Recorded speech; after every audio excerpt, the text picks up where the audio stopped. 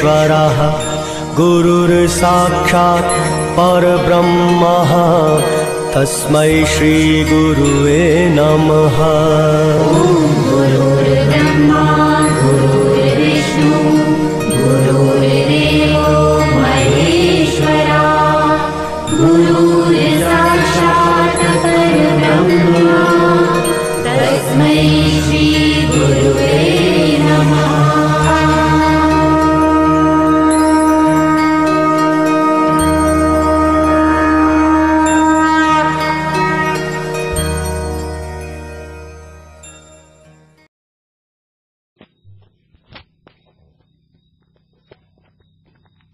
पुंडलिक वरदाय विठ्ठल ज्ञानदेव तुकाराम सत्यज्ञान स्वामी महाराज तुझे विनायक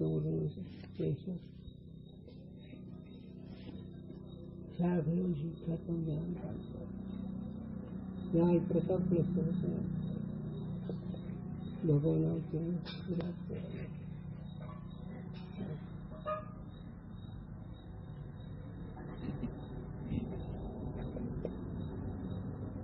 अथ निर्गुण वस्तू निर्देश रूप मंगल। आता काल सगुण मंगल झालं. अग्रदेव स्वप्नामध्ये श्रीगुरूला भेटला आणि तिथं मंगल केलं. ग्रंथाचं कर्त्याने मंगल केलं. ग्रंथाने निर्विघ्न पार पडावा. साधक परमार्थेकडे लोक मंगल केलं तर स्वतःचं निर्विघ्नपणाने भगवंताची प्राप्ती व्हावी असे दोन्ही मंगल सांगून त्याच्यामध्ये सगुण वस्तू निर्देश मंगल केलं. सगुण मंगलाचा भगवान ज्याची जी उपासना त्या उपासनेचं मंगल केलं. आता जे मूळ अधिष्ठान चेतन असणार निर्गुण त्या निर्गुण वस्तूतून मंगल येतात.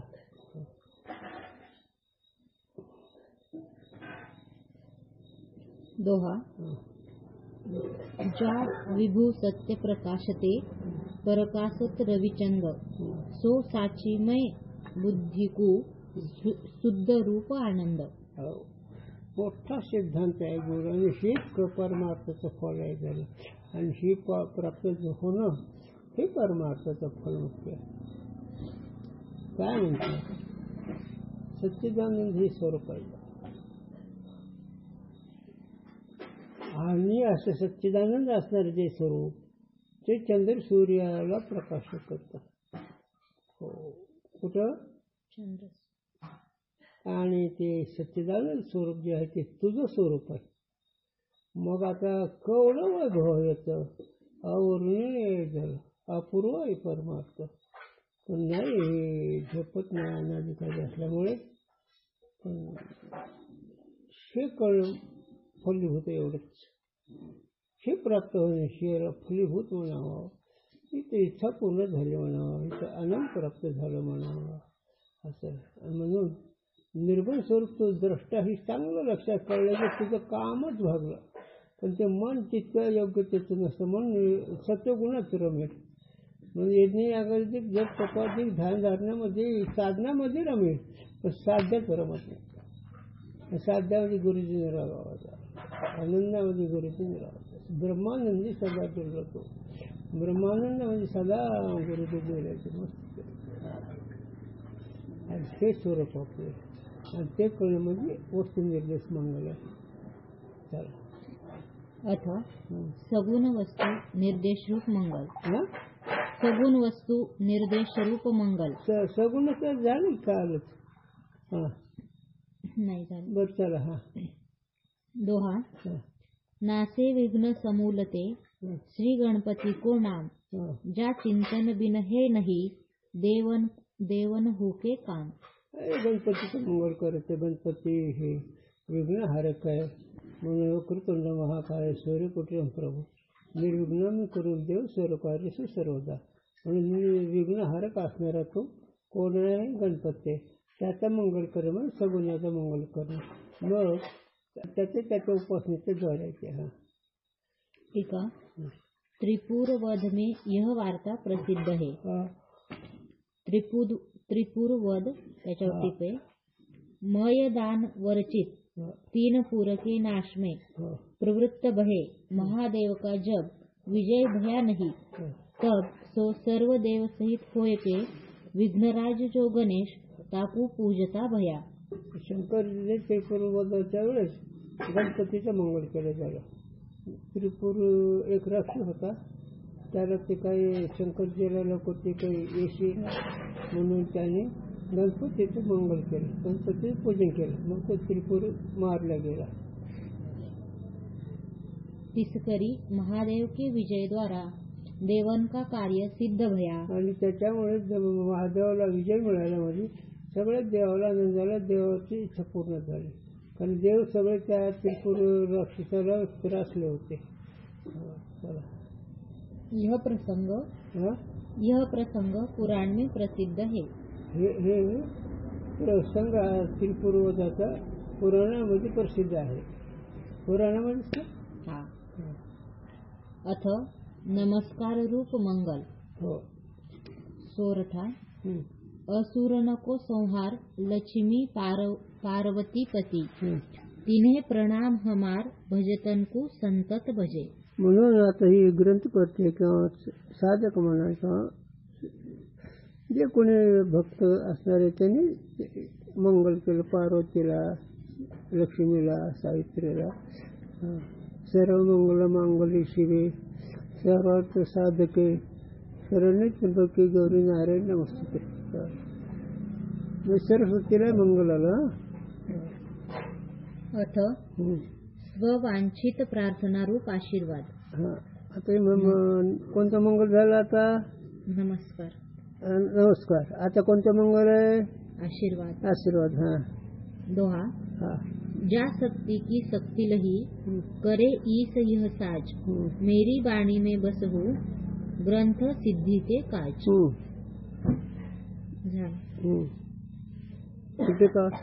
टीका नहीं.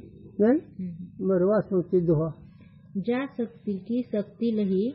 ज्या शक्तीला दुसरी शक्ती नाही अशी अपूर्व शक्ती, अघटित गोष्टी, त्या शक्तीला जोडच अशी शक्ती. करे ईस यह साज. आणि हे ईश्वरांनीच प्राप्त केलं. मेरी बाणी में बसहू ग्रंथ सिद्धी के काज. आणि माझ्या वाणीच्या ठिकाणी ते बसो म्हणून नामदेवरायांनी वर्णन केलं. काय म्हणतात नामदेवराय? सरस्वती माते द्यावी माझी स्फूर्ती, येतो काकली तुझ लागे, लाडके मागत तसे तोच, वंदिने चरण्याचे चोरे नियमाची जाईल हे भरत तेव्हा माझ्या, आपल्या बाळाचे धरी आता हाती, न खरी फजी जना माझे, विश्व आत्मा जो हरी, त्याची वरून कीर्ती ऐकून स्थळ झालीची प्रसन्न, नाम्या तुझा आगमन नजरागे. तीच ओळी माऊली सांगते.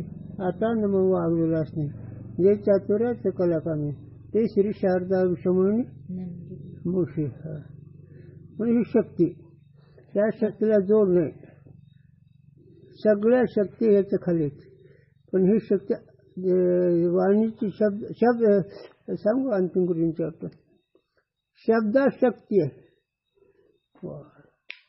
शब्दाची शक्तीला प्रतिबंध काही नाही, बाकीच्या शक्तीला प्रतिबंधक आहे. पण सरस्वती वाणीची जी शक्ती त्याला मात्र जोड नाही. चला. अथ शिष्य वांछित प्रार्थना रूप आशीर्वाद. आता शिष्याने प्रार्थना केल्यानंतर श्री गुरु आशीर्वाद देतात. दोहा. ते सेवा हा दारांता मग साधन करी सोबत ओळखून सेवा ही साधन केल्यावर ते प्रसन्न होऊन त्याला तत्वज्ञान सांगतात. दोहा. हा. दोहा. हा. बदहरण सुखकरण श्री दादू दीन दयाल. हा. पढ़े सुने जो ग्रंथ यह, हा. ताके हरहू जंजाल. दादू जे असणारे श्री गुरु त्यांची सेवा केलं, त्यांनी दीनदयाल असणारे, सुखदुःख असणारे, जन्म मरण असणारे नाहीसे केले त्यांनी कृपा प्रसादाने. पुढे. अथ वेदांत शास्त्र करता आचार्य नमस्कार. आता वेदांत शास्त्र करणारे वेदव्यास, वेदांत शास्त्र करणारे आद्य गुरु शंकराचार्य, वेदांत शास्त्र करणारे ज्ञानोबराय, तुकोबाराय, नाथ महाराज, हे सगळे वेदांत शास्त्राचे करते. असे जे आचार्य जे पद आहेत, असे जे संत महात्मे आहेत, त्यांना नमस्कार. टीप आहे त्याच्यावर.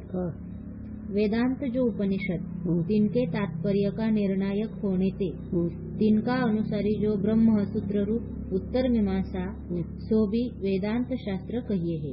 ते आता काय पाठवून दिलं चतुसूत्री, त्याला वेदांत म्हणायचं. वेदांत म्हणजे उपनिषद असणारे वेद, त्या वेदाचे व्यासाने अभ्यास करून 555 सूत्र केलेत. 555 सूत्राला वेदांत म्हणावं. किंवा शंकराचार्याने त्या वेदांत त्या सूत्रावर भाष्य केलं, त्याला वेदांत म्हणावं. काके करता श्री वेद व्यास आले ना ते. मग कोणी वेदांत शास्त्र करते कोण आहेत? वेद व्यास. वेद व्यास. चला म्हणून व्यास आचार्य त्याच्यावर टिपे. लोकन को शास्त्र उक्त आचार विषय स्थापन भी करे तो और जाते आप भी शास्त्रोक्त आचार को आचरता है, तीस हेतु करी सो आचार्य कहिए है. आता आचार्य कशाला म्हणायचं? शास्त्राचा विचार सांगणारे, शास्त्राचं सांगून त्यांना आचरण करून घेणारे किंवा स्वतः बी ते आचरण करणारे, त्याला आचार्य म्हणायचं. वेदांताचं आचरण करणारे, शास्त्राचं आचरण करणारे आणि शास्त्राचं आचरण करून घेणारे त्यांना आचार्य म्हणायचं. म्हणून वाचा बोलू वेद नीती करू संत कीर्ती. तुकोबाराव, अरे मी वाच्याने जे काय बोलतो, वेदाची जी नीती ती आम्ही सांगतो. आम्ही सांगतो नाही, आम्ही आचरण करतो. म्हणून शास्त्रानं सांगितलं तसं वागावं, मग खूप मजा आहे. शास्त्र कळत असतं पण वागणं होत नाही. म्हणून एका चरणात तप येऊन जाईल. तपस्या द्यायला पाहिजे. ज्या आश्रमाला, ज्या देहाला, ज्या वर्णाला जे नियम सांगितले त्या नियमाने वागायचं. तरुण अवस्थेत कसं वागायचं, म्हातारपणात कसं वागायचं, बालपणी कसं वागायचं, हे सगळं आचरण करणारं तो आचार्य. आणि वेदाने हे सांगितलं झालं.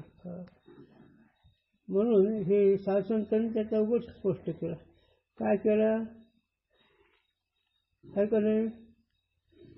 तर आचरण,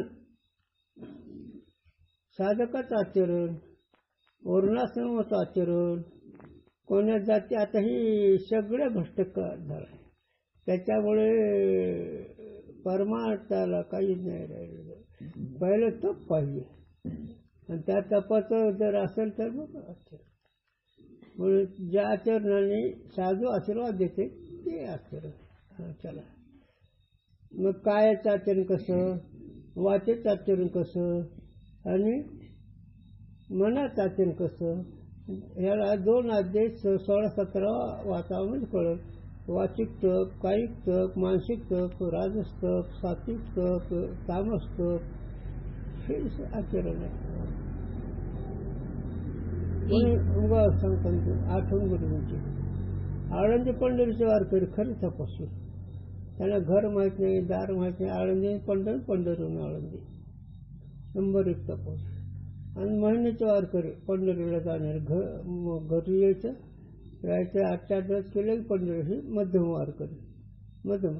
आणि वर्षाला वारकरी, ही कनिष्ठ वारकरी. आणि नारद छंदाने केलेलं ही विषय पामर नाही. म्हणजे हे त्याला म्हणले म्हणून आम्ही आलो. तुमच्या आईचे येडे. भगवंताच्या ठिकाणी भाव असावं. आळंदी पंढरीचे नेहमीचे वारकरी नंबर 1 मध्ये तपस्वी, खरे साधक. त्याला घर माहीत नाही, दार माहीत नाही, काय माहीत नाही. आळंदी पंढर, पंढरहून आळंदी, हे तपस्या. त्याला आचार म्हणावं. आता इथं सुद्धा तुम्ही आचार करू शकता. आता एकादशी, सोमवार, चौथ, नामजप, वाचन हे आचारच आहे, हे तपच आहे. तप म्हणजे काय दुसरं असतं काय? चला इस शास्त्रोक्त लक्षण करी संपन्न श्री वेद व्यास जी है, याते सो साधारण आचार्य हे तिनका नमस्कार रूप मंगल ग्रंथकार करे है. आता जे साधसंत असतात या साधने असतात. हा साधन शब्दात अर्थ त्याला जोड नसते. जसं याला दृष्टांतला जोडा फक्त रूपाचं साधन, बाकीचे साधन होऊ शकत. तसं ज्ञानोबा, तुकोबा राय, नाथ महाराज, वेद व्यास शंकराचार्य असाधारण आहेत. असाधारण असं निश्चित ते फलदायी होत असतं. डोळ्याशिवाय रूप दिसतच नाही.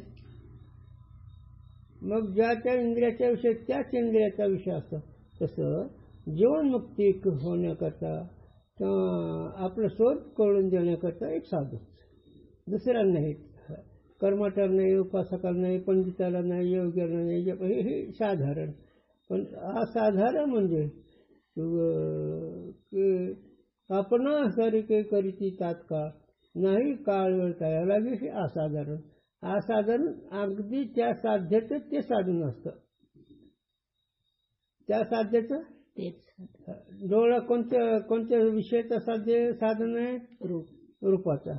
तसं तुम्हाला जन्मातून मुक्त करणारे, तुम्हाला तुमचं सुख देणारे ज्ञानदेव म्हणजे निवृत्ती निर्गुण दिले संपूर्ण.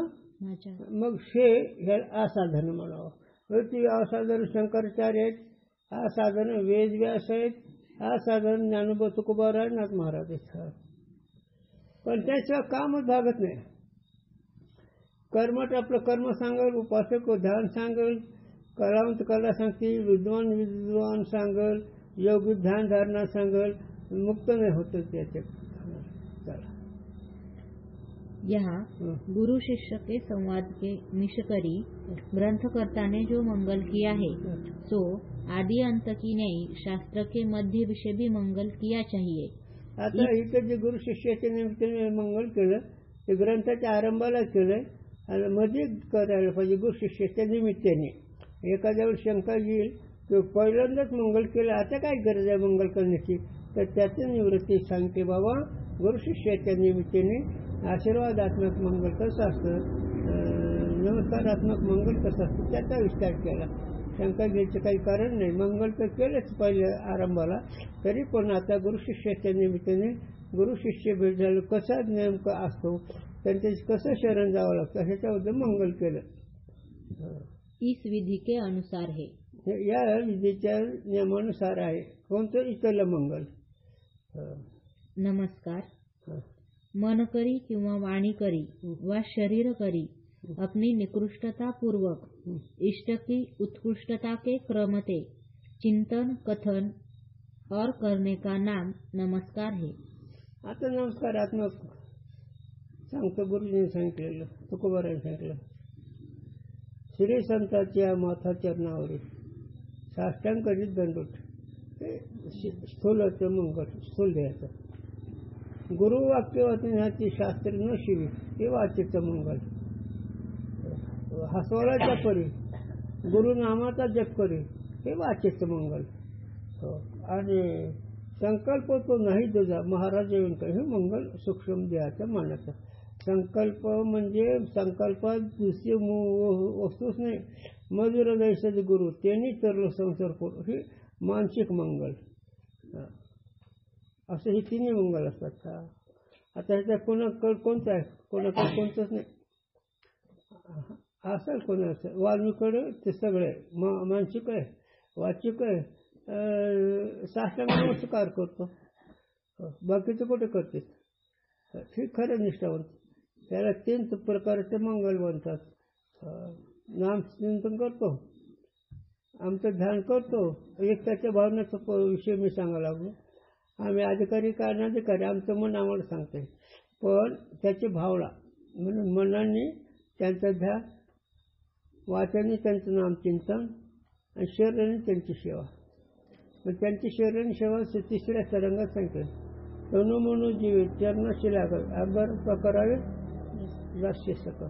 अरे श्रीगुरूची सेवा करणं फार भाग्याचं आहे. पण श्रीगुरू अधिकारी असावेत आणि ते सेवा करत नाही माणसं. चला सेवा केल्याशिवाय लाभ होत नाही. यह 3 भांति का नमस्कार क्रमते उत्तम मध्यम कनिष्ठ रूप है. 3 में मन का नमस्कार बीज है. है ना. मनाचं कसं करायचं? ज्ञानदेवा ध्यानी रामकृष्ण हे बीज रूप आहे मनाचा नमस्कार. वाणीचा नमस्कार हसवल्याच्या परी गुरु नावाचा जप करी, ही वाणीचा नमस्कार. आणि कायाचा नमस्कार साष्टांग दंडवत करणं साधूला, त्याला कायाचा नमस्कार म्हणावा. और जो वाणी का है सो अंकुर है. वाणीचा जो नमस्कार ते 2 पानावर तो अंकुर आहे. और जो शरीर का है सो वृक्ष है. आणि शरीराचे साष्टांग नमस्कार हे वर्ष रूप, बीज, अंकुर आणि वर्ष. बीज नमस्कार मनाचा, अंकुर नमस्कार वाणीचा, वर्ष नमस्कार स्थूल देहाचा. स्थूल देहाचा नमस्कार म्हणजे साष्टांग दंडवत करणं. तिसते गुरु आदिक की प्रसन्नता रूप फल होवे हे. आणि असं जर सेवा केली तर गुरु प्रसन्न होतात आणि त्या प्रसन्नतेने ह्याचा उद्धार होतो. गुरु प्रसन्न होणं फार अवघड आहे. त्याला उदाहरण सांग, महिना होती जालिंदरला प्रसन्न करून घेणे का 6 महिने सेवा करत होते. आणि काय सांगत गुरुजींनी दादांच्या शब्दात वागले, तो विषय असा. प्रभाकर गुरुजीला शेवट तिसऱ्यांदा सांगतात, तिसरीत पुढं नाही सांगत. तर ते म्हणले मी तुला प्रभाकर संपत माझ्या लोहरीत. मग दादा कधी पहाटे 4 यायचे आणि कधी दुपारी 2 यायचे. गुरुजी असे बसलेले काय सेवा. आणि त्यावरती मग स्थिती प्राप्त होती. आता हे आपला विषय नाद आहे म्हणून चालायचं. आचार विचार नाही आपल्याकडे.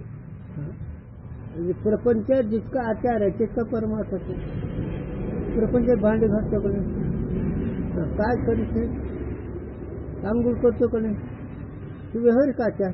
पण परमार्थिकचा आचार वाणीनं नाम चिंतन चाललेलं असावं, शरीराने पूजा ध्यान करीत असावा, आणि मनाने बोलत राहावं किंवा मनाने गुरुचं ध्यान करावं. हे आचार. मनाचं ध्यान गुरुजीचं बीजरूप, वाणीचं नाम स्मरण अंकुरूप, आणि साष्टांग नमस्कार करून वर्षरूप, असे 3 प्रकारचं मंगल आहे. कवित्व. वेदवाद वृक्षबन भेदवादी वायू आय. पकर हलाय क्रिया कंटक पसारिके. सरल सुशुद्ध सिप्य कंज पुनितोरी गिरी. सुलनते फिरत फेरी फारिके. पेखी सो पथिक भग वाणी जानी अनुचित. अंक में उठाय धाय व्यासरूप धारिके. सूत्रको बनाई जाल बनको विभाग कीन. करत प्रणामताही निश्चल पुकारिके. टीका नाही. टीका. जैसे वायु वन में बैठिके वृक्षन को हलाइके. तिनके कंटक पसारिके.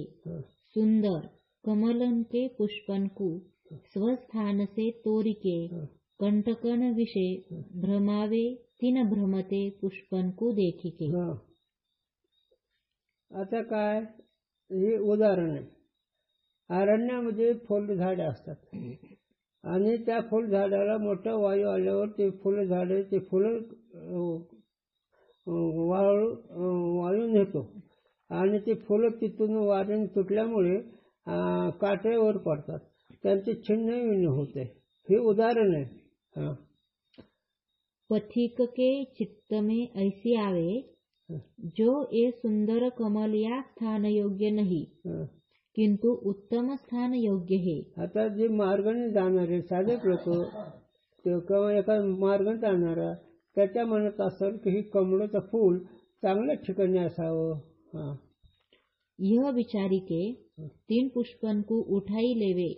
आणि हे विचार करून त्याने ते फूल घेतले हातात. और फेरी विचार करे जो आगे भी पवन कंटकन विषय पुष्पन को तोड़ी के भ्रमण करावेगा याते ऐसा उपाय करूं जाते फेरी वायू कंटकन में पुष्पन को भ्रमावे नहीं. असं त्याने एक विचार करा. आता हे झालं, एखादं फुल घेतलं जावं, पण बाकीचे फुलं आहे, मग हे वायू असणारं वारं असणारं ते फुलाला तोडील आणि कंटक काट्यावर कुठं टाकेल, म्हणून त्यांनी दुसरा एक उपाय केला. यह विचारी के सूत्र के जाल से कंटकयुक्त वृक्षन का विभाग करी देवे. आणि हे विचार केला 555 सूत्र त्याच्या त्या झाडाला जाळ केलं. आपलं हे नसतं का ताराचं गेट त्याच्या फुलं झाडाला ते वारिंजवणी तसं वेदव्यासाने 555 सूत्राचं जाळ केलं साधका करता. ता जाल से पुष्पन का कंटकन में प्रवेश होवे नहीं. आणि त्या जाळ्यामुळे हे पुष्प म्हणजे फळांचं कातडी होण्यात पडत नाहीत. तैसे भेदवादी आचार्य रूप जो वायू है. हे सिद्धांत सांगायचा.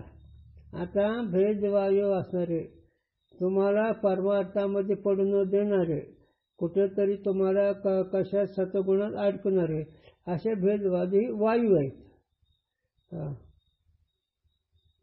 पुढं सो वेदरूपी वन में वाद कहिए अर्थवाद रूप जो कंटक सहित वृक्ष है. आणि ते काय करतात चर्चा करतात वाद करतात आणि भेदवादी कुठेतरी अनात्माच्या ठिकाणी ठेवून देतात. अनात्माच्या ठिकाणी त्याला थांबवतात.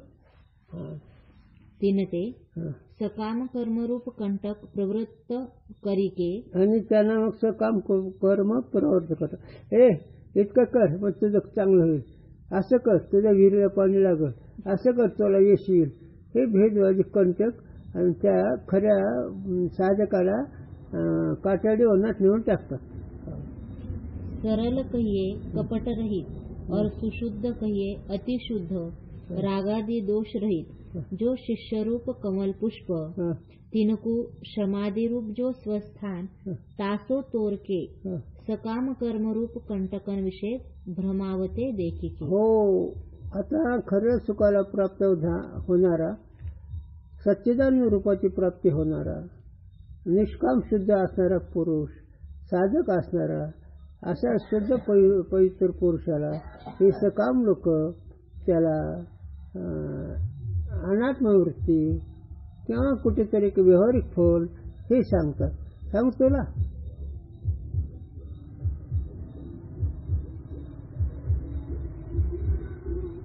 सांगतो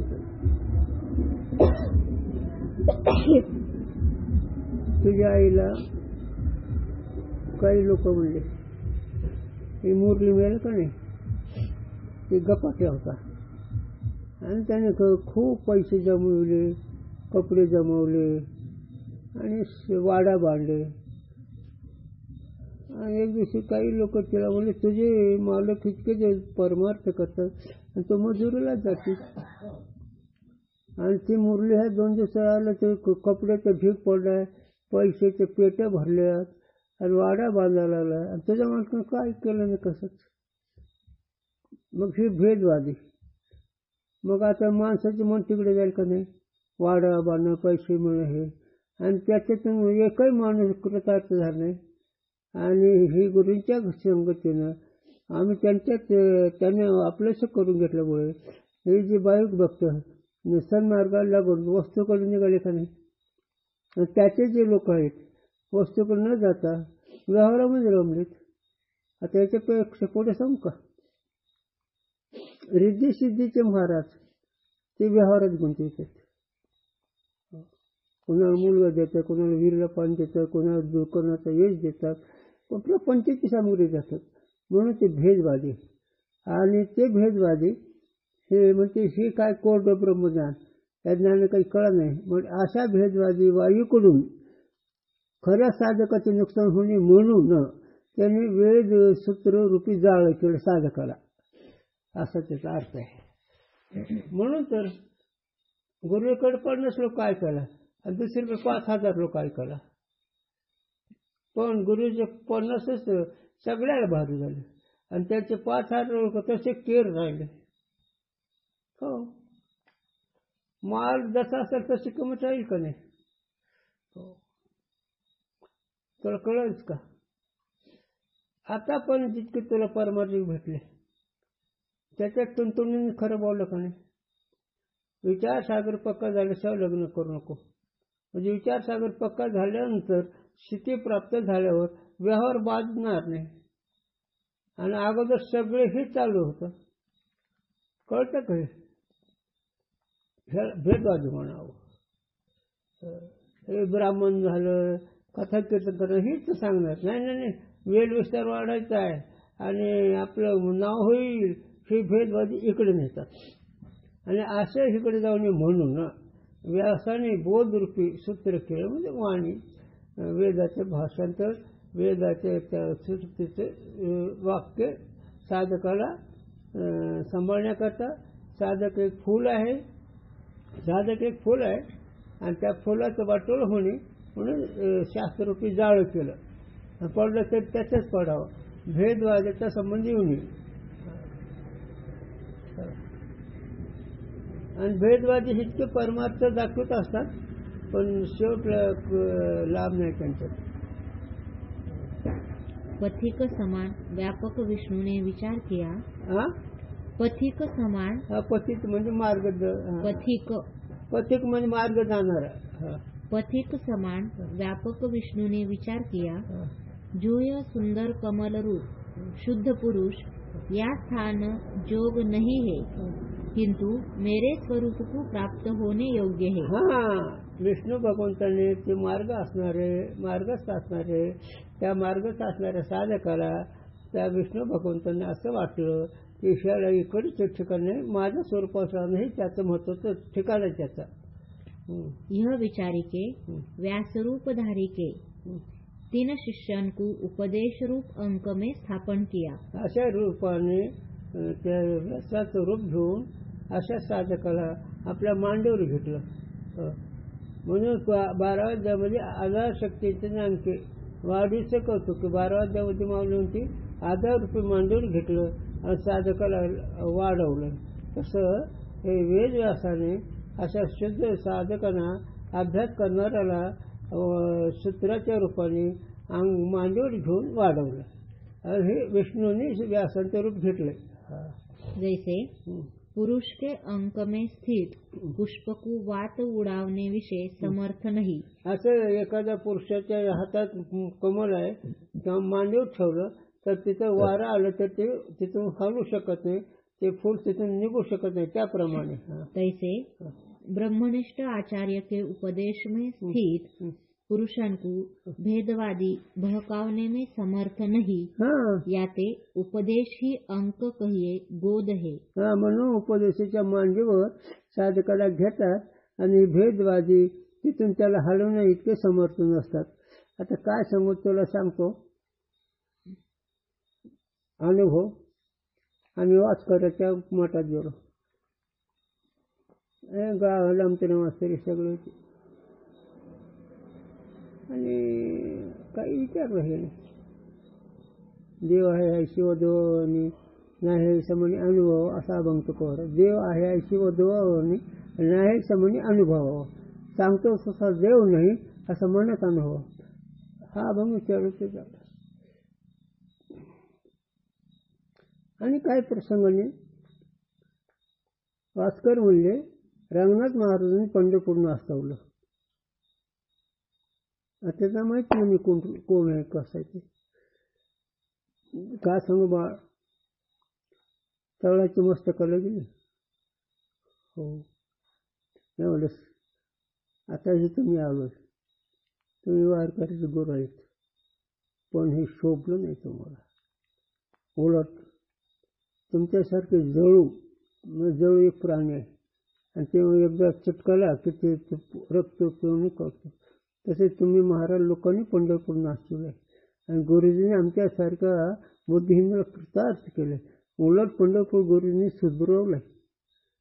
हे तुम्हाला आणि परत तुम्ही गुरुजीकडे ऐकलं 1 वर्षभर, प्रभाकर गुरुजीकडे ऐकलं आहे आणि तुम्ही असं म्हणता शोभते तुम्हाला. मग हे असे भेदभादी असतात. असं ते असं लई सांगता येईल मला, पण ते काय उपयोग होत नाही.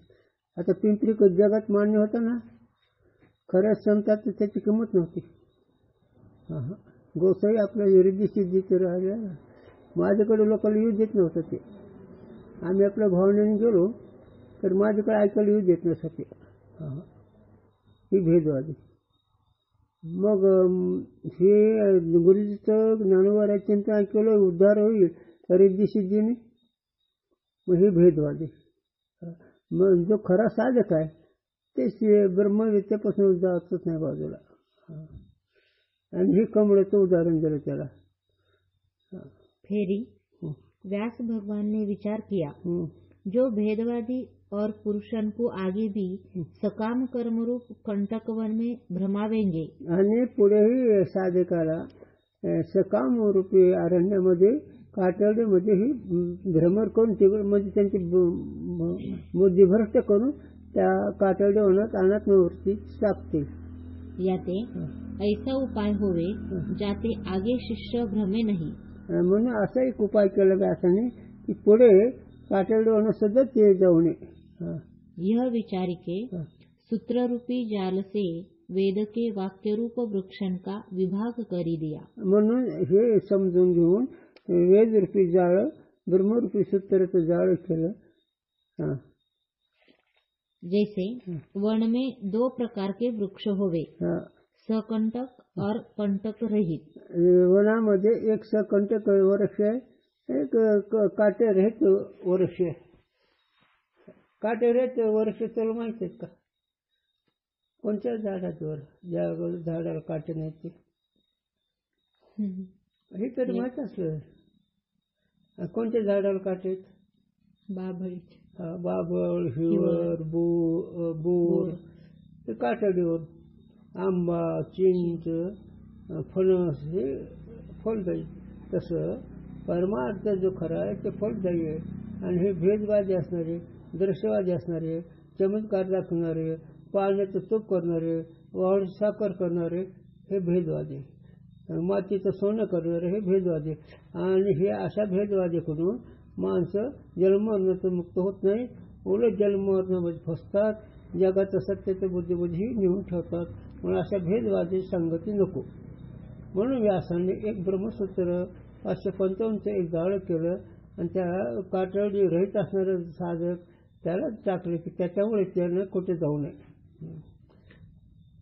तिनका जाल से विभाग करी देवे. आणि त्यांनी त्या झाडाचे त्याचे अधिकार प्रकरण केलं, विभागमूळ प्रकरण.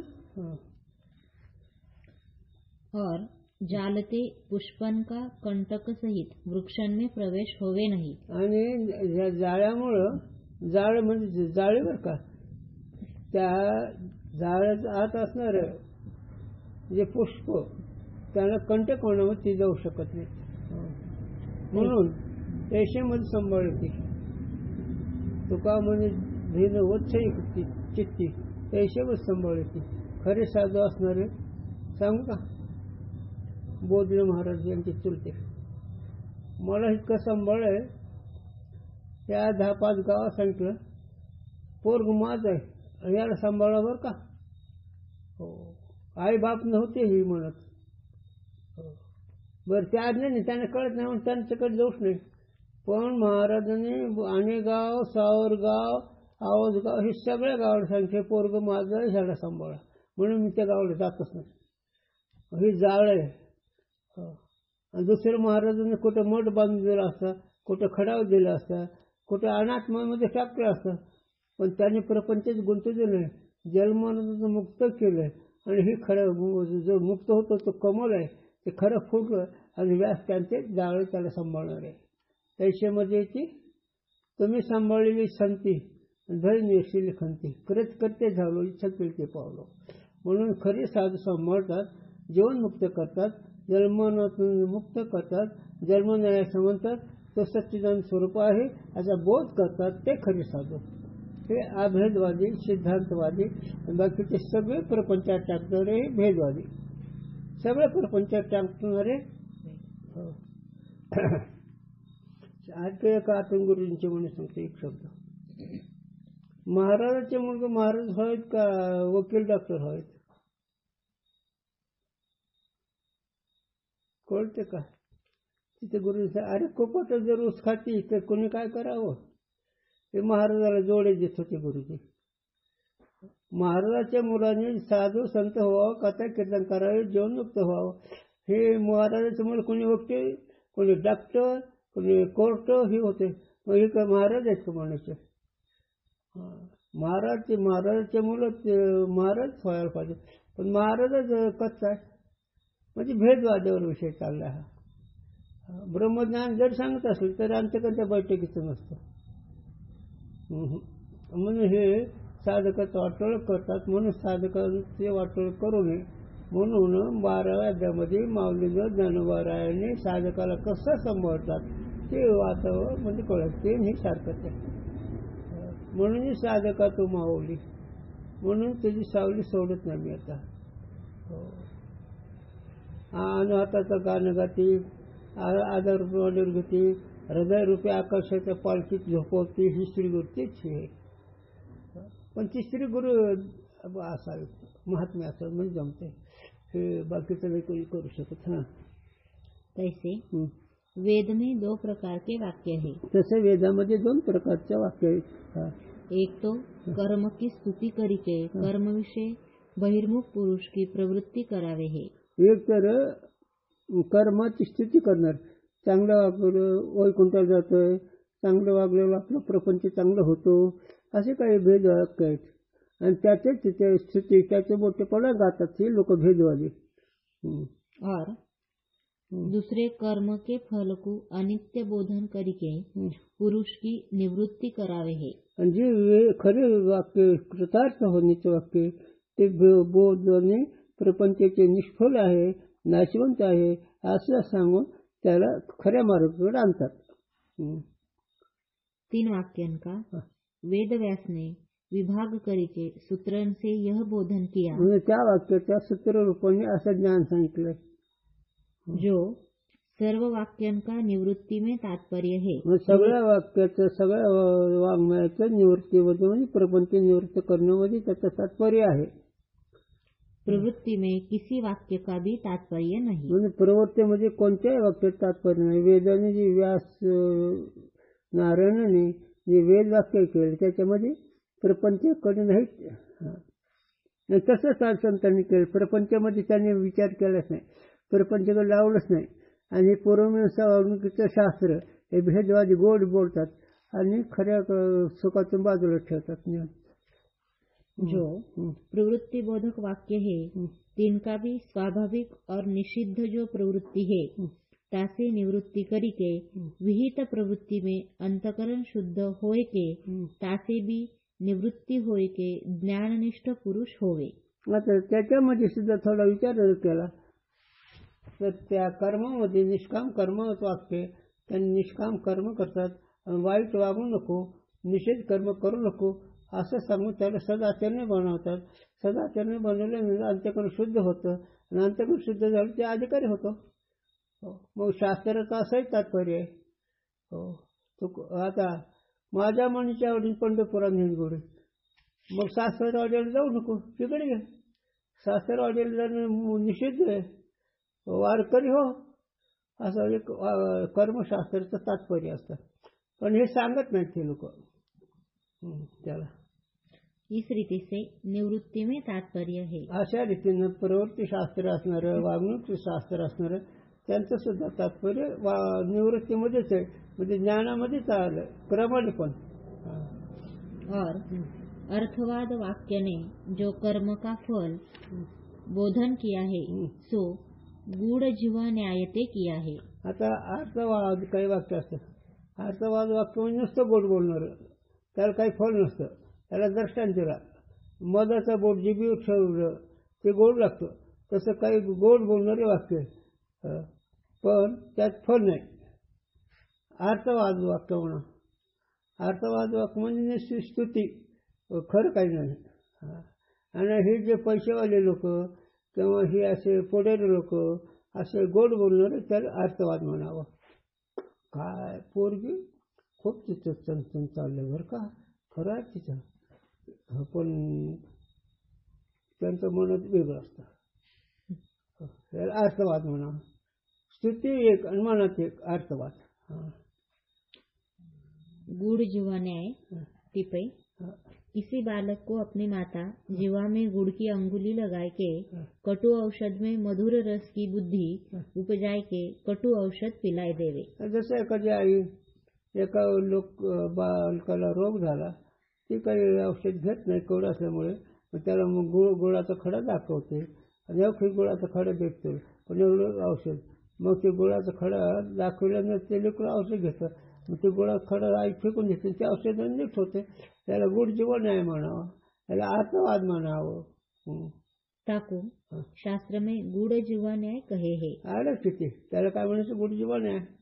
ताकि नहीं श्रुति रूप जो माता है सो पामर जीव रूप बालक को अपने जे कर्म फल के स्थावक वचन रूप अर्थवाद वाक्य है थिस रूप गुड़ की अंगुली चटाई के कर्म के स्वर्गाधिक की प्राप्ति रूप फल का बोधन करी के तिस कर्म विषय प्रवृत्त करावे है.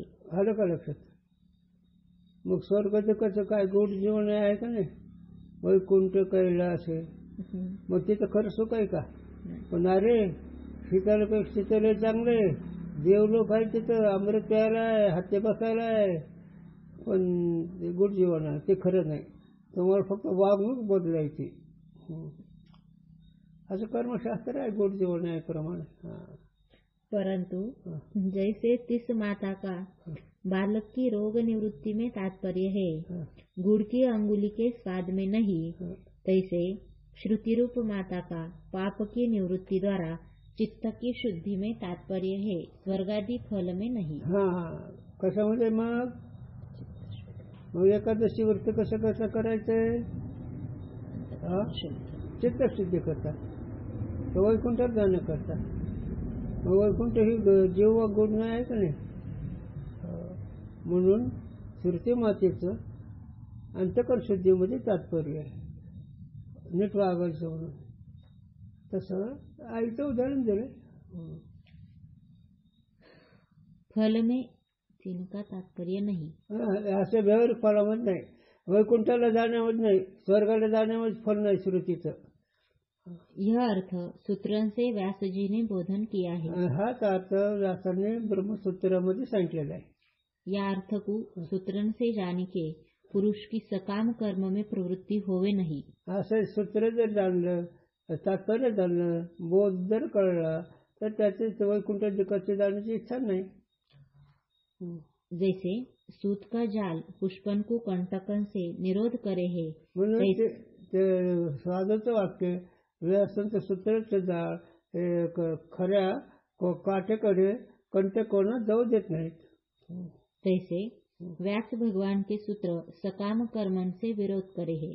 म्हणून सकाम कर्म करू नका असं म्हणते झालं. या ते जाल रूप कहे है. म्हणून ते तिकडे जाऊ देत म्हणून त्याला जाळ सांगितलं. विषय बदल कुंडली सच्चिदानंद सर्व. विठ्ठल विठ्ठल. अरे सांगू तुला अधिकार काय सांग. पंढरीत आम्ही होतो, आनंदीत होतो आम्ही, पण पांडुरंग राज कुठं होते हे सुद्धा आम्हाला माहिती. तितकं चिंतनावरती होते गुरु, तेव्हाही कळलं. आणि तिथंच राहून काही लोक ऐकायचेही, पण दररोज दर्शनाला जायचं. म्हणून धारणा राहत नाही विषयाची. म्हणून विषयाची धारणा राहण्याकरता चित्त शुद्ध लागतं. आणि काय प्रसंग प्राप्त सगळ्याला बोलता येत असतात, पण सिद्धांत झेपत नसतात. कुंडली